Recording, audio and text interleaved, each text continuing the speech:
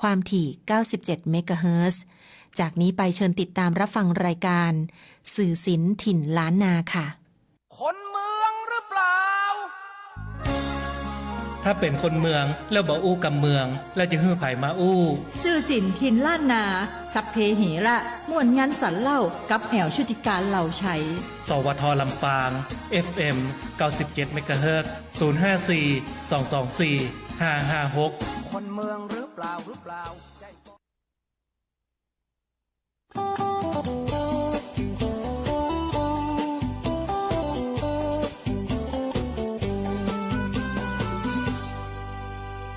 ฝันนั้นมันห่างไกลแต่ว่าใจอยากไปถึงฝันฝันมันไม่เหมือนกันแต่ต่างฝันของคนบางคนคนอีกตั้งมากมายอยากจะไปถึงฝันชั้นพรหม สวัสดีครับอาจารย์ครับ ครับผม ผมได้ยินชื่อเสียงอาจารย์มาเมินแล้วครับ ครับ ว่าอาจารย์สอนนักร้องโด่งดังมาหลายคน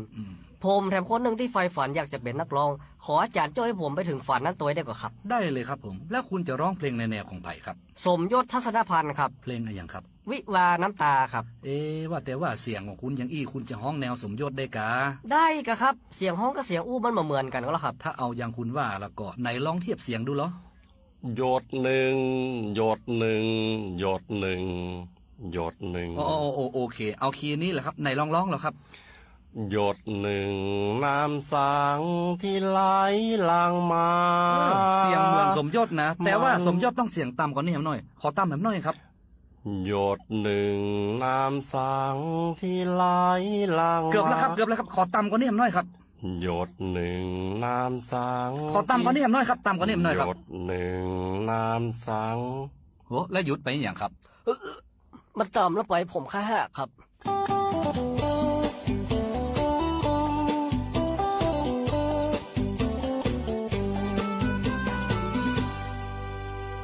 ฝันนั้นใกล้ความจริง ถ้าหยุดนิ่งยิ่งไกลความฝัน ฝันถ้าจริงสักวันจะสุขสันต์เหมือนฝันเป็นจริง คนมากมายเข้ามาจะไปคว้าถึงฝันบางสิ่ง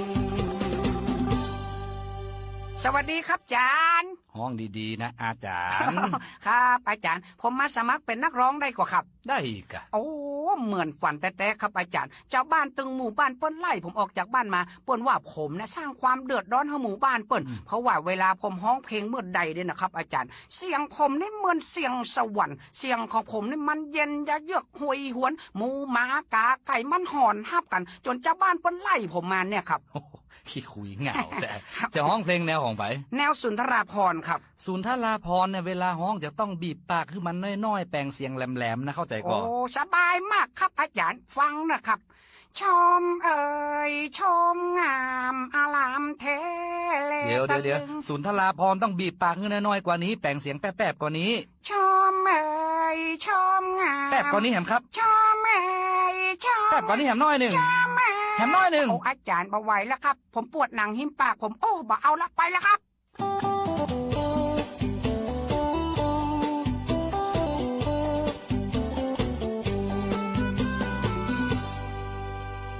ฝันจงฝันต่อไป ถ้าสุขใจที่ได้เพ้อฝัน นั่งนับคืนนับวัน เพื่อสร้างฝันที่ยังห่างไกล คนมากไม่เท่าไร อยากจะไปถึงฝันเป็นจริง สวัสดีครับอาจารย์ วันนี้ผมมาแก้ตัวครับ โอ้แต่ว่าก็มาวันนี้มาแหมหมอ โอ้จะไปมาดูถูกผมนะครับ ผมนี่เป็นแชมป์ตลอดกาลนะครับ ที่ว่าเป็นแชมป์เนี่ยแชมป์ประกวดกี่คน โอ้2 คนครับ ประกวดกับไผ่ ครับพ่อผม ไผ่เป็นกรรมการ แม่ผมครับ เปิงอากาศจะห้องเพลงอะไรอย่าง เพลงด่วนบคสติดเคียงสลอจะจากอุบลครับ คุณจะห้องได้กะขนาดอู้อักขระคุณยังบ่ชัดเจนน่ะ โหอาจารย์ เวลาอู้กับมันมาซาดได้กะเวลาฮ้องผู้หลงมันซาดอ่ะย่ำพ่ออย่างนักร้องชาวเขาฮะน่ะอย่างนักร้องฝรั่งอู้บาซัดแต่เวลาฮ้องซัด ป๊ะเลย 1 2 3 ด่วนบขสติเที่ยงสลอดต้องจากอุบล ห้องเพลงบาซัดบ่ไหว โอ้โหชมก็ปอเกลือ มันก็ปอกันตึงกู้ห้องเพลงบาชัดจึงฉอง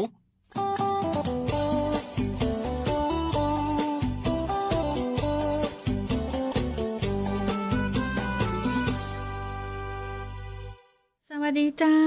ซื้อสินทินล้านนามาแล้วเจ้าบ่าย2 โมงมาตรงเวลาเลยนะ มาตรงเวลานะเจ้าเวลานี้เวลาเดิมบ่าย2 โมงถึง3 โมงตังสวทลำปาง FM 97 เมกะเฮิรตซ์เจ้า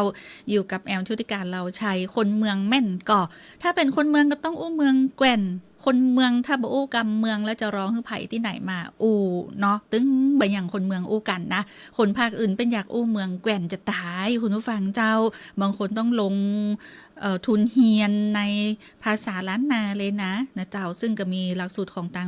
วิทยาลัยสงฆ์นครลำปางของเขาเนาะหลักสูตรภาษาล้านนาได้ทั้งตัวเขียนแล้วก็ได้ทั้งการออกเสียงอ่านออกเขียนได้อย่างแน่นอนเจ้า0542245556เนอกับบทเพลงกำเมืองล้วนตะกี้เอิ้นมาจากห้างชัดก่อนเข้ารายการนะเจ้าบอกว่าขอฟังเพลงของเทพธาราปัญญามานะตัวเอาเพลงตลก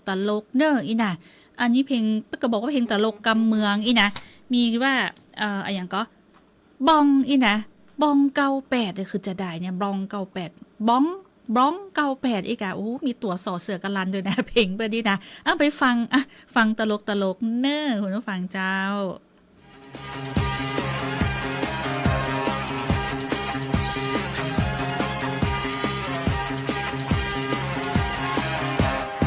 กีฬาดีมีหลายประเภทฮิตต่างประเทศนั่นก็คือลูกหนังทีมใดได้ครองแชมป์โลกทีมยุโรปพลิกล็อกหลายครั้งทีมดีมีหวังโด่งดังเตะกันแต่ละครั้งเขานั่งพอทีวีตี3ตี4ก็ยังบ่หลับบ่นอน Hello again. It's all about football here, and we're here to bring you a fascinating. สวัสดีครับท่านผู้ชมทุกท่านขอนำท่านเข้าสู่สนามข้าวสารแปลงแห่งเมืองมัดเซประเทศฝรั่งเหนือกับการแข่งขันฟุตบอลนัดยิ่งใหญ่ฟาเตอร์ของบิ๊กแมตช์เลยล่ะครับระหว่างทีมเจ้าหนี้รายใหญ่ IMF สหรัฐอเมริกากับทีมสิงโตคำรามอังกฤษนะครับถึงแม้ว่าทั้ง2 ทีมจะตกรอบจากฟอง98ไปแล้วแต่ทนเสียงเรียกร้องของกองเชียร์ฮูลิแกนไม่ไหวครับก็เลยมีฟาเตอร์บิ๊กแมตช์นัดนี้เกิดขึ้นทีมสหรัฐนั้นขนเอาผู้เล่นหน้าใหม่ๆลงสนามเกือบทุกคนเหลือไว้เพียงอเล็กซ์ซาลัสนะครับอเล็กซ์ซาลัสก็ใช้ยาไอเขาแพะนะครับอเล็กซ์ซาลัสหลังจากที่ทีมสหรัฐแพ้2 แมตช์ติดต่อกันนะครับในบอลโลกพอกลับถึงนิวยอร์กก็เกิดการยั่วสุดขีดเกือบทำแฮตทริกพัง3 ประตูได้โดยประตูแรกได้จากการกระทืบประตูบ้านพ่อเมียประตูที่2ใช้หัวมงพังประตูห้องน้ำบ้านแม่เมียเข้าและประตูที่3ประตูสุดท้ายเกือบทำสำเร็จได้จากการพยายามงัดประตูห้องน้องเมียเข้าแต่พอดีได้ยินเสียงลูกซองแฝดดังขึ้นก่อนนะครับไม่งั้นคงจะทำแฮตทริกได้นะครับพังประตูห้องน้องเมียสำเร็จนี่สุดยอดของการทำแฮตทริกจริงๆใช่ไหมครับแหมเสียดายจริงนะครับสำหรับทีมสิงโตคำรามนะครับอังกฤษยังใช้ผู้เล่นชุดเดิมไม่ว่าจะเป็นไมเคิลโอเว่นเบคแคมอารันเชอร์เชอริงแฮมแม็กมานามานซีแมนพออินครับสำหรับผู้ตัดสินในแมตช์นี้ก็ได้แก่ปูดีตีนต่ำนะครับจากสโมสรคนแคะการแข่งขันเริ่มแล้วนะครับอังกฤษเตะจากหน้าไปหลังนะครับสหรัฐอเมริกาเตะจากหลังไปหน้าใครดีใครอยู่เดี๋ยวรู้กันนะครับ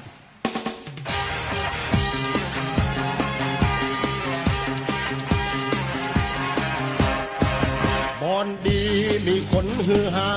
เงินบาทดอลลาร์ลงขันสลอนห้องพอบาใจพอบาได้ไปลงงมง่ายหมดเงินหมดทองพวกเอาสมบัติพัฒนาจำนองเสียเงินหมดทองก็เพราะบอลกันเดียวท่านผู้ชมครับการฟาดแข้งผ่านไปแล้ว48 นาทีของครึ่งหลังนะครับก็ยังเสมอกันอยู่0-0นะครับความกดดันก็คงมาอยู่ที่ทีมของอังกฤษนะครับเพราะว่าเจอแผนการเล่นของสหรัฐอเมริการะบบ1-10โดยให้ผู้เล่นกองกลางกับกองหลัง9 คนไปยืนขวางประตูไว้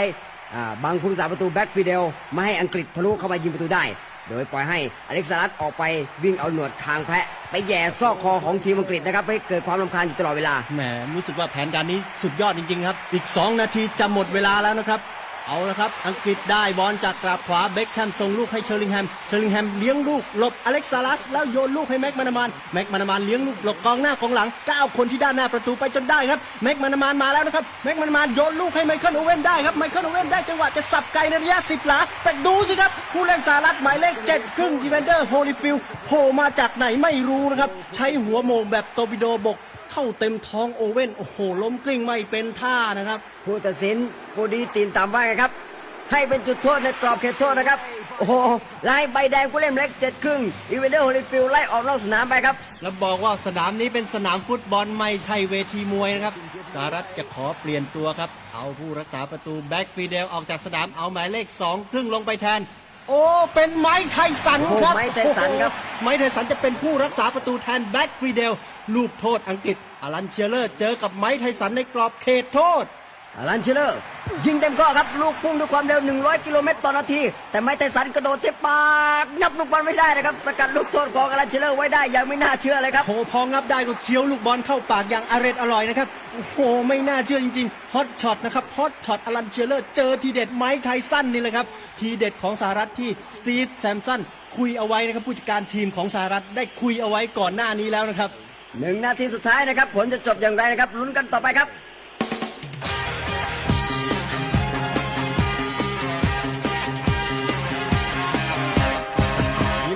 ดีมีพอถึงวันแต่การพนันนั้นอย่าได้แลเหลวลีลาสร้างคนแข็งแรงร่างกายเหี่ยวแห้งจะแข็งแกร่งปราดเปรียวลีลาก็จะเล่นคนเดียว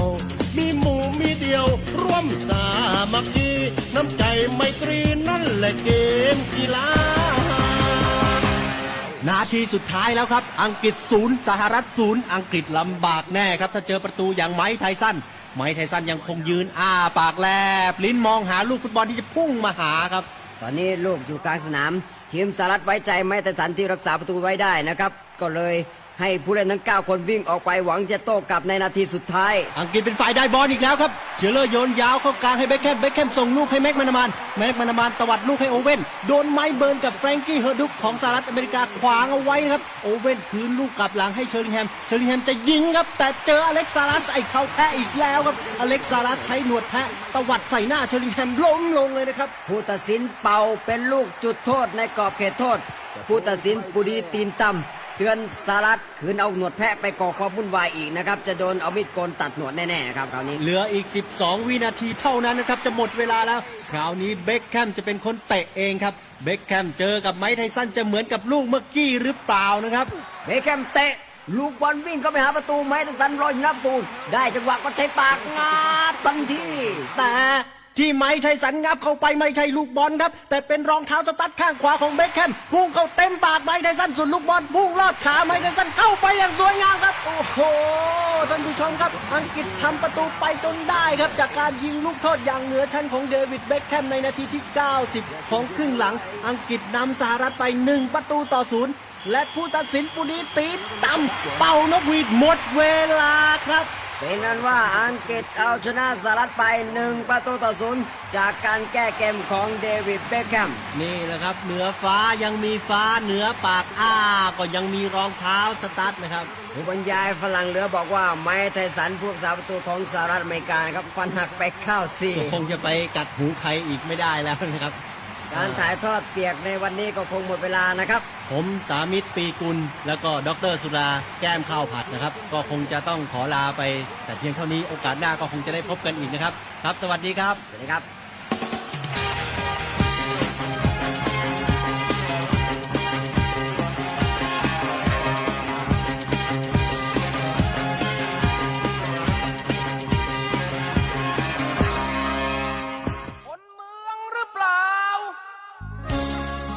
ถ้าเป็นคนเมืองแล้วบ่อู้กับเมืองแล้วจะฮื้อไผมาอู้สื่อสินทินล้านนา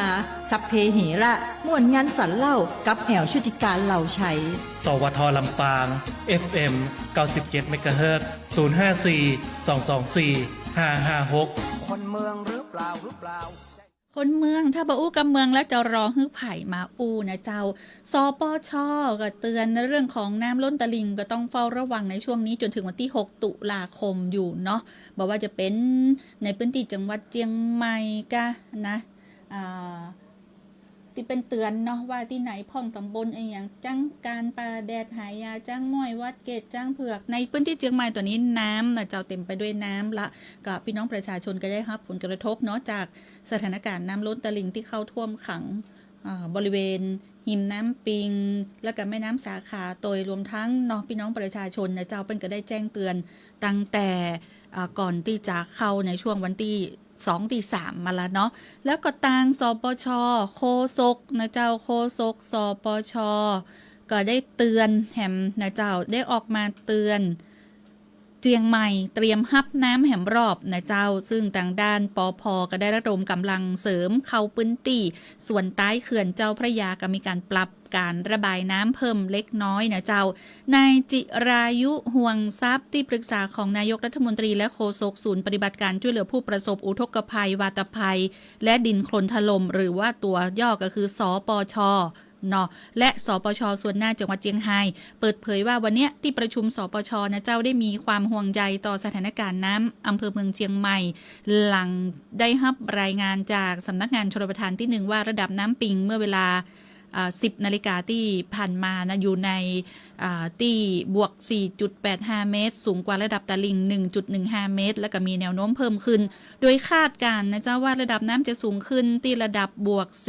4.93 เมตรในช่วงค่ำวันที่4วันนี้นะเจ้าจึงได้ประกาศแจ้งเตือนพื้นที่เสี่ยงทั้งหมด7โซนด้วยกันโซนที่1บ้านป่าเป้านอกบางส่วนร้านอาหารใต้น้ำต่างลอดใต้สะพานป่าแดดโซนที่2ถนนเจริญประเทศป่าไม้เจียงใหม่หงเฮียนมงฟอร์ดประถมวัดชัยมงคลบ้านป่าเป้านอก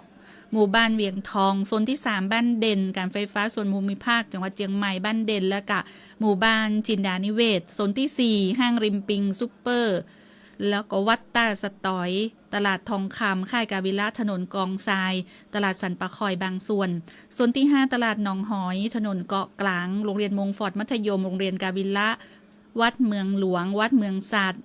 นอยหมู่บ้านปามสปริงนะเจ้าวัดเมืองกายถนนราชอุทิศโซนที่6ถนนจ้างคานในบาซ่า4แยกแสงตะวันวัดหัวฝายโซนที่7กัดหลวงกัดเมืองใหม่สถานีรถไฟบ้านต้นคามหมู่บ้านปามสปริงถนนเจริญเมืองถนนแก้วนวรัตน์พื้นที่เวียงกุมกามซึ่งทางด้านนายจิรายุก็ได้อู้เพิ่มเติมว่ากรมการป้องกันและบรรเทาสาธารณภัยหรือว่าปภเนี่ยเป็นก็ได้ระดมกำลังจากศูนย์ปภเขต6ขอนแก่นหลังเสร็จภารกิจช่วยพี่น้องชาวหนองคายขึ้นเหนือช่วยเจ้าเจียงใหม่นำเครื่องจักรกลสาธารณภัยรถปฏิบัติการบรรเทาอุทกภัยพร้อมเครื่องสูบน้ำขนาดใหญ่ไปสนับสนุนช่วยเหลือพี่น้องประชาชนขณะที่ทางสถานการณ์น้ำในลุ่มน้ำเจ้าพระยาหลังจากที่ทางกรมชลประทานได้ปรับเพิ่มการระบายน้ำใต้เขื่อนเจ้าพระยาจากอัตรา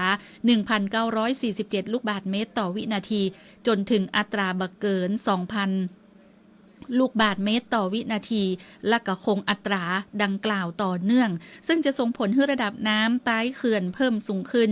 ในพื้นที่บริเวณลุ่มต่ำนอกขันกั้นน้ำเจ้าขอแจ้งเตือนให้พี่น้องประชาชนที่อาศัยอยู่บริเวณพื้นที่ลุ่มต่ำนอกขันกั้นน้ำคลองพงเพงเนาะจังหวัดอ่างทองคลองบางบานจังหวัดพระนครศรีอยุธยาตำบลเวียงอำเภอเสนาตลาดลาดชิดตำบลตาดินแดงอำเภอพักไห่จังหวัดพระนครศรีอยุธยาแม่น้ำน้อยนะเจ้าวัดสิงห์อำเภออินบุรีและก็อำเภอเมืองอำเภอพรมบุรีจังหวัดสิงห์บุรีวัดชัยโยอำเภอชัยโยจังหวัดอ่างทองพื้นที่เหล่านี้นะเจ้าระดับน้ำจะสูงขึ้นประมาณ20-30 เซนติเมตรนะเจ้าซึ่งทางสปช.ส่วนหน้าก็ได้ลงพื้นที่อำเภอเมืองเจียงไฮ้ขณะที่ระดับน้ำทุกจุดลดลงอย่างต่อเนื่องเจ้านายจิรายุก็ได้อู้เพิ่มเติมว่าช่วงเจ้าที่ผ่านมานางสาวธีรรัตน์สำเร็จวานิชรัฐมนตรีช่วยว่าการกระทรวงมหาดไทยในฐานะประธานสปช.ส่วนหน้าและต่างพลเอกณัฐพลนาคพาณิชรัฐมนตรีช่วยว่าการกระทรวงกลาโหมที่ปรึกษาสปช.ส่วนหน้าก็ได้ลงพื้นที่ติดตามการช่วยเหลือฟื้นฟูหมู่บ้านธนารักษ์อำเภอเมืองเจียงไฮ้พร้อมร่วมกันวางแนวทางป้องกันน้ำกระซ้อตะลิงอย่าง ยั่งยืนนะเจ้าขณะที่ทางกรมทรัพยากรน้ำก็ได้รายงานระดับน้ำแม่น้ำกกอำเภอเมืองเจียงไฮ้รวมทั้งระดับน้ำที่สะพานข้ามแม่น้ำสายแห่งที่1ที่ด่านพรมแดนแม่สายอำเภอแม่สายจังหวัดเจียงไฮ้ก็มีแนวโน้มลดลงอย่างต่อเนื่องตั้งแต่ช่วงเจ้าที่ผ่านมาทุกหน่วยงานระดมความช่วยเหลือเข้าฟื้นฟูผลกระทบจากโคลนนะเจ้าขี้เปอะขี้โคลนที่ยังตกค้างตามชุมชนอย่างต่อเนื่องแล้วก็ขณะนี้ตังกำลังพลของทั้งเจ้าหน้าที่และก็อาสาสมัครทุกภาคส่วนจะพยายามเข้าไปพื้นที่ที่พี่น้องประชาชนต้องการความช่วยเหลือให้นักที่สุดโดยติดต่อขอความช่วยเหลือได้ที่สปช.ส่วนหน้าจังหวัดเจียงไฮ้โทรศัพท์093-131-1784 หรือว่าสายด่วน1567เนอะอันนี้พี่น้องชาวเจียงไฮ้นะเจ้าสายด่วน1567เนี่ยก็สามารถที่จะเข้าไปขอความช่วยเหลือได้จากเบอร์ดังกล่าวเนาะอันนี้ก็บอกไว้ก่อนนะเจ้าถึงเรื่องของเบอร์สายด่วนอย่างต่างๆจะพยายามมันให้พี่น้องประชาชนได้จำได้แล้วเวลาเกิดอย่างในช่วงที่เกิดเหตุสาธารณภัยต้องการความช่วยเหลือเขาก็จะได้เอิญใดอย่างถ้าเกิดว่าติดตามสถานการณ์น้ำในพื้นที่แม่น้ำวังอยู่ในเขตอำเภอเมืองลำปางมีเบอร์สายด่วนติดตามสอบถามได้ตลอด24ชั่วโมงที่เบอร์199ของทางเทศบาลนครลำปางเนอะสำหรับพี่น้องประชาชนในพื้นที่อำเภอเมืองลำปางก็สามารถติดตามข่าวสารสอบถามสถานการณ์น้ำใดนะเจ้าถ้าเกิดว่ามีระดับน้ำที่เพิ่มสูงขึ้นเทศบาลก็จะออกประกาศอย่างต่อเนื่องแจ้งเตือนพี่น้องประชาชนคนลำปางเจ้าหรือเปล่าถ้าเป็นคนเมืองแล้วบ่อู้กับเมืองแล้วจะฮื้อไผมาอู้ สื่อสินทินล้านนาสัพเพเหระม่วนงานสันเล่ากับแอวชุติการเหล่าชัยสวทลำปาง FM 97 เมกะเฮิรตซ์ 054 224 556คนเมืองหรือเปล่าคนเมืองแม่นก็ถ้าเป็นคนเมืองก็ต้องฟังรายการสื่อศิลป์ถิ่นล้านนาถ้าอยากอู้เมืองแกว่นนี่นะ ต้องฟังสื่อศิลป์จะได้อู้จ้างเนาะอู้ถึงสถานการณ์น้ำอย่างที่บอกไปนะเจ้าในช่วงนี้เขื่อนกิวลมเขื่อนกิวคอหมาเนาะเป็นก็ได้มีการระบายน้ำเพิ่มขึ้นมาทำให้พื้นที่ใต้เขื่อนก็จะหันได้ชัดเจนเนาะโดยเฉพาะอำเภอตังตอนใต้ของลำปางเฮานะบอกว่าจะเป็นศพปราบเถินแม่พลิกเนาะโดยเฉพาะแม่พลิกเนี่ยจะได้รับผลกระทบในช่วงเจ้าที่ผ่านมาเนี่ยก็มีการรายงานเรื่องของสะพานขาดที่ห้วยขี้นกเนาะแม่พลิกนะเจ้าทำให้การสัญจรของพี่น้องประชาชนเนี่ยก็ค่อนข้างลำบากนะเจ้าค่อนข้างลำบากอันนี้ก็ส่งความห่วงใยเจ้าหน้าที่ก็คงเฮ่งช่วยกันกับพี่น้องประชาชนนะเจ้าที่อย่างก็ระดมเนาะระดมลงพื้นที่ช่วยเหลือบรรเทาความเดือดร้อนในเบื้องต้นของพี่น้องประชาชนที่อยู่ในพื้นที่เจ้าติดตามก็ติดสถานการณ์น้ำท่วมในพื้นที่จังหวัดลำปางและก็ในพื้นที่อื่นๆคือได้รับรู้รับทราบผ่านรายการเจ้าป้ายาสวัสดีเจ้าแม่นอมบอกว่าอุ้มม่วนจ่าหวานก็ยกให้ดีเจน้องแอวเจ้าฟังเพลงเสมาอันอย่างก็ได้เนอะน้องแอลของไอ้เสมาเมืองลายเนาะแม่นอม พิมพ์นะวันนี้เป็นพิมพ์ยาวเนอะแม่นอมนะ FC ตังแม่กงนะคุณสารดินส่งสติกเกอร์ผู้หัวใจมาคุณสันโนชัยวงศ์บอกว่าสวัสดีคนอุ้มม่วนจ่าหวานนะขอบคุณเจ้าแล้วก็อันอย่างก็เดี๋ยวก่อนเนอะซอกก่อนของเสมาอีกาแม่นอมขนครัวก่อตังปุ้นนี่จะได้รับผลกระทบกับแม่น้ำมาอย่างหาตังบ้านแม่กงนี่แม่กงนี่น้ำอันยังเนาะที่ว่าถ้าจะท่วมได้นี่ถ้าอย่ามาท่วมเนาะแม่นอมเนาะแต่แม่นอมบอกว่าแม่เก็บครัวขึ้นที่สูงล่ะอีนะดึงบุคคลลงมาดูอีแม่นอมว่าอัน แม่นก็นะเจ้าแล้วไผ่ที่อยู่ติดแม่น้ำวังเนาะ2หิมแม่น้ำวังเนี่ยบอกว่าฝั่งหลังจวนผู้ว่าก็ดีหรือว่าฝั่งตังกาดกองกาดอย่างหัวขวาเนาะที่ตังลุ่มพะนะน้ำนี่ก็คือเส้นทางอย่างนี้สัญจรมาได้เพราะน้ำเต็มละเนาะจะได้ก็เลี่ยงเส้นทางอื่นตัวกันแล้วกันเนาะขอคือติดตามนะเจ้าติดตามข่าวสารโดยเฉพาะเรื่องของอย่างก็ สถานการณ์น้ำท่วมกับสวทลำปางแล้วก็ในช่วงของสื่อศิลป์ถิ่นล้านนาได้นะเจ้าสื่อศิลป์ถิ่นล้านนาเนาะเซมาเมืองเมงรายอีเนาะเอาเพลงอย่างฮะ เอาเพลงอะไรอย่างเอามนต์ฮักกวยสลากคือเลยบ่ฮู้ว่ามันแม่น้อมกินกวยสลากแล้วยังก็ว่าตาลเป็ดตะพีอย่างเดียวกับบ่ฮู้เนาะตั้งบ้านแม่กงนะเจ้าแต่บ้านน้องแอลนี่กินไปเรียบร้อยละตั้งแต่วันที่22เนาะก็บ่ได้ไป นะเจ้าเพราะว่าติดภารกิจหน้าที่เวรในวันนั้นพอดีก็แต่ว่าก็ส่งปัจจัยส่งอันยังไปหมดทำบุญเนาะส่งจ่ายไปหมดละแต่บางที่นี่ก็อยู่ในช่วงของการกินข้าวสลากแต่น่าจะแล้วละนะเนาะตังเถินนี้แล้วหมดละสังกะเตินนะแต่บางที่อื่นนี่แล้วละอย่างเนอบางที่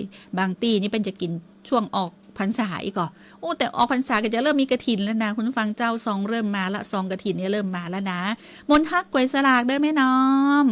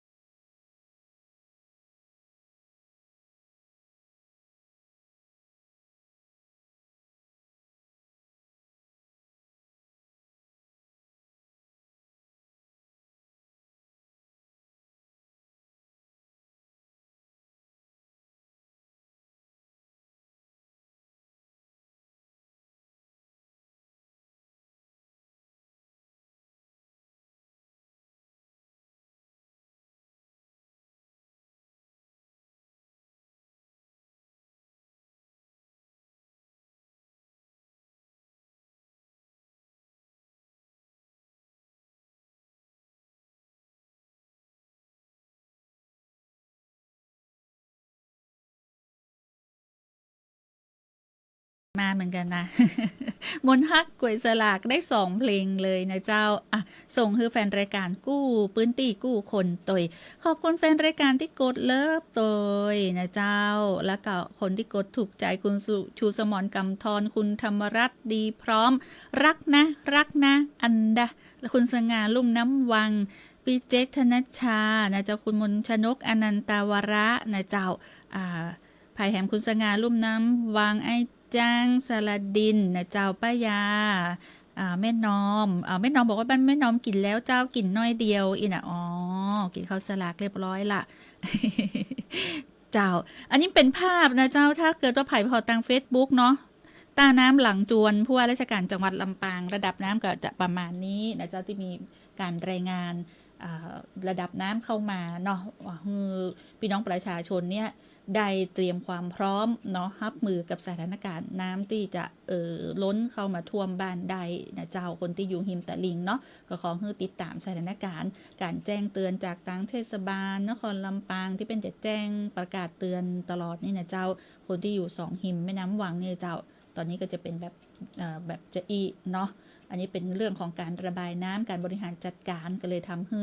ปริมาณน้ำเนี่ยเพิ่มขึ้นมาวุยน้อยหนึ่งเนาะเพราะเป็นเพิ่มการระบายน้ำออกจากเขื่อนกิวคลองมานซิ่งที่มีความจุน้ำเนี่ยนักเนาะก็เลยต้องเร่งระบายออกนะเจ้าเพราะฉะนั้นไผ่ที่อยู่หิมตะลิง2หิมแม่น้ำวังตะกี้มีแฟนรายการก็โทรมาบอกนะเจ้าว่าที่บ้านก็อยู่เนี่ยหิมแม่น้ำวังเนี่ยตึงบักก้ายกครัวลงจากที่สูงเลยเนาะอันนี้ก็ติดตามสถานการณ์อย่างต่อเนื่องเหมือนกันแล้วก็มาบอกว่าบ่ต้องไปเนอะถนนที่เรียบน้ำวังมาเดียวเนี่ยน้ำเต็มหมดละแต่ว่ามาจากกองต้าแฟนรายการจากกองต้านะเจ้าแฟนรายการจากกองต้าบอกว่าที่กองต้าเนี่ยน้ำบ่ขึ้นเตื้อแต่ว่าที่ถนนตั้งลุ่มฮะแน่ที่เป็นสตรีทอาร์ตที่จัดงานกันเนี่ยน้ำเต็มหมดละสัญจรมาได้ก็บอกฝากประชาสัมพันธ์ตัวเนอร์หันก็แฟนรายการก็เป็นผู้สื่อข่าวได้นะรายงานได้เจ้าพื้นที่ไหนเจอเรื่องของอุทกภัยรายงานเข้ามาได้054-224-556ในช่วงของสื่อสินถิ่นล้านนาเนาะเขาเกาะติดสถานการณ์น้ำท่วมในพื้นที่จังหวัดลำปางเฮาแล้วก็จังหวัดอื่นๆไปพร้อมๆกันนะเจ้าพร้อมการเป็นสื่อกลางในการให้ความช่วยเหลือประสานหน่วยงานที่เกี่ยวข้องสายด่วนสาธารณภัย1784กึดบ่ออก191ถ้าสอบถามสถานการณ์น้ำนอนบ่หลับไม่ค่ำไม่คืนในเขตเทศบาลเมืองนครลำปางกัน199เนาะว่าแม่น้ำวังจะขึ้นสูงแหมมอกใดจะได้นะเจ้าบางคนเป็นนอนบ่หลับเนาะก็สามารถที่จะถามได้ที่199เจ็บป่วยฉุกเฉิน1669นะเจ้าเจ็บป่วยฉุกเฉิน1669เนาะสายนี้จะรายงานสถานการณ์น้ำท่วมก่อนจ้าสวัสดีเจ้าครับขอฟังเพลงครับผมเจ้าฟังเพลง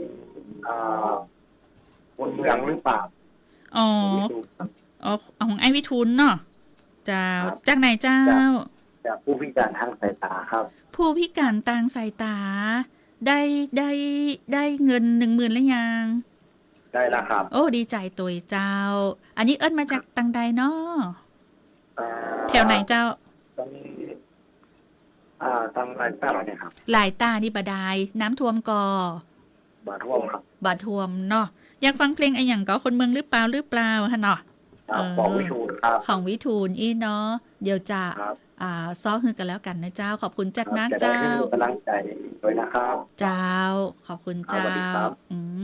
ขนาดเป็นผู้พิการทางสายตานะ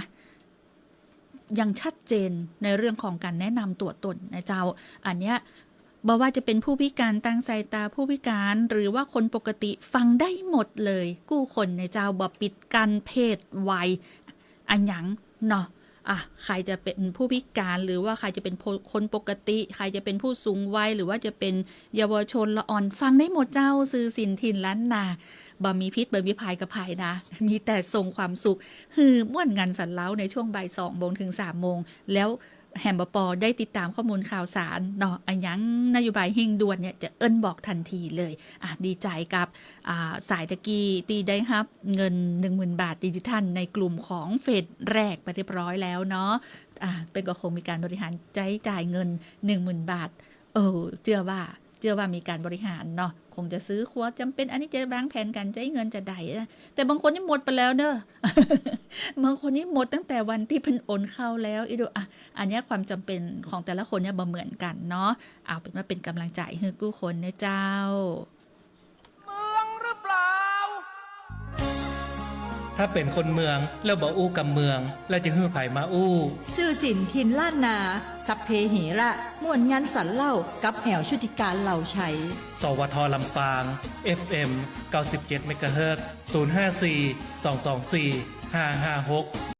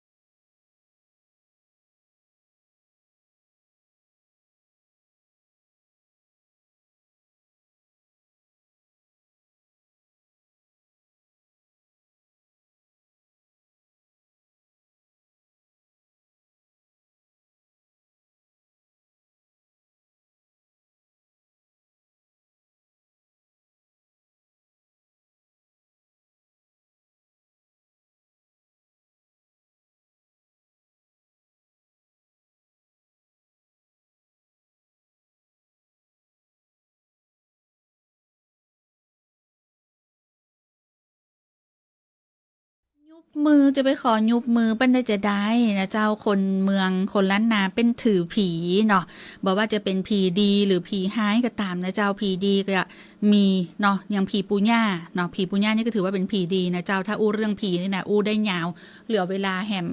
โอ้มาถึง10 นาทีนี่บาเสี่ยงอู้บ่หมดนะเจ้าผีปูญ่ากับผีบ้านผีเฮือนเจ้าตีเจ้าเด่นอย่างเอียเนาะมีมดนะอันนี้เป็นผีดีที่ปกปักรักษานะผีบดีกะผีเป็นท้องว่าผีตายโหงผีอันยังกับบ่ฮู้ว่ามีหลายอย่างเนาะถ้าอู้เรื่องผีเนี่ยตึงว่าเอาไว้ตอนหน้ากันแล้วกัน ถอนต่อไปถ้าผายอยากรู้นะเดี๋ยวถ้าอู้ไปนักนี่เดี๋ยวจะหลอนนะนอนบลาแหมภาพลวงตาจำเป็นภาพจำอยู่หันนะเอาไว้บางคนว่าเขาจำภาพที่ดีๆกันแล้วกันนะภาพที่หลอนๆแล้วบอกขอจำกันแล้วกันนี่นะอันนี้เรื่องของการอู้ถึงเรื่องเพลงเนาะที่ออดไพศาลเนี่ยฮ้องเพลงยุบมือกำเนี่ยอย่างถ้าเกิดว่าเป็นบ่าวบ้านอื่นบ่ใจคนเมืองเนี่ยจู่ๆว่าอีน้องขอยุบมือกำเนี่ยแม่หญิงอย่าโคตรเลยนะก็ว่าเป็นจะใดนี่ง่ายกะโอ้ยเอียนะบัดได้แต่แล้วมันผิดผีเนอะบัดได้นะ